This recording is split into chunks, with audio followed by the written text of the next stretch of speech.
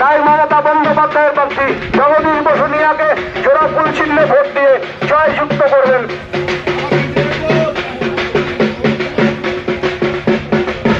ধন্যবাদ। মমতা বন্দ্যোপাধ্যায়ের প্রার্থী মাননীয় জগদীশ বসুনিয়া আপনার এলাকায় ভোট প্রার্থনা করতে এসছেন। জগদীশকে একটু আগে দাও, বাকিরা একটু পিছিয়ে থাকো, দুই পাশে দেখা যাচ্ছে না।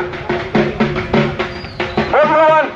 গত লোকসভা নির্বাচনের নির্বাচিত বিজেপির এমপিকে 5 বছর কোচবিহারের মানুষ দেখতে পায়নি। আজকে মমতা বন্দ্যোপাধ্যায়ের প্রার্থী জগদীশ বসুনিয়া আপনার বাড়ির সামনে আপনার আশীর্বাদ প্রার্থনা করতে এসছেন। মমতা বন্দ্যোপাধ্যায়ের প্রার্থীকে নির্বাচিত করুন। এই শহরে বর্ধিত ট্যাক্স মমতা বন্দ্যোপাধ্যায় প্রত্যাহার করেছেন। মানবিক মুখ্যমন্ত্রীর প্রার্থী জগদীশ বসুনিয়া আপনার এলাকায় ভোট প্রচারে এসছেন।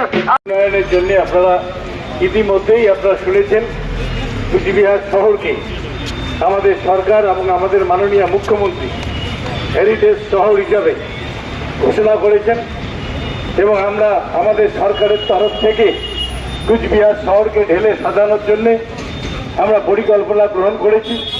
কিন্তু আপনারা 2019 সালে যাকে ভোট দিয়ে সাংসদ হিসাবে নির্বাচিত করেছেন তিনি কুচবিহার শহরের জন্যে 1 বিন্দু পয়সা কোন স্কিম তিনি করেননি।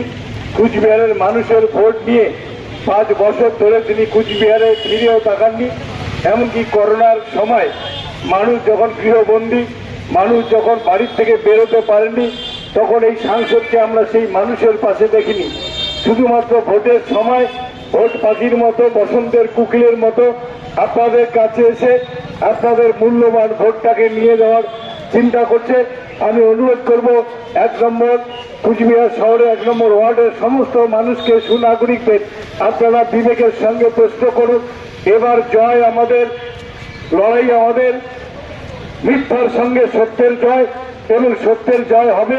একদিকে মমতা ব্যানার্জির উন্নয়ন এবং আমরা যে কথা বলি সে কাজটা করে দেখাই, অপরদিকে বিজেপি শুধুমাত্র মিথ্যা কথা বলে মানুষকে আশা দেখিয়ে তারা মিথ্যা প্রতিশ্রুতি দিয়ে ভোটটা নিয়ে যায় এবং তারপরে কোনো কাজ করে না।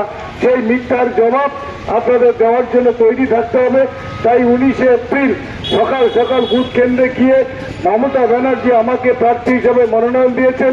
আমি যাতে আগামী 5 বছর কুচবিহার জেলার, কুচবিহার শহরের উন্নয়নের জন্য আপনাদের হয়ে পার্লামেন্টে দাঁড়িয়ে লড়াই করে কুচবিহার শহরের উন্নয়নকে আরো এগিয়ে নিয়ে যাওয়ার জন্য আপনারা আমাকে আশীর্বাদ করে জোড়া ফুল চিহ্নে ভোট দিয়ে জয়ী করবেন, এই আবেদন আমি সবার কাছে রেখে সবাইকে আমার আন্তরিক অভিনন্দন, নমস্কার জানিয়ে আমি আমার আজকের এই পদযাত্রার কাজ এখানেই শেষ করছি। ধন্যবাদ সবাইকে।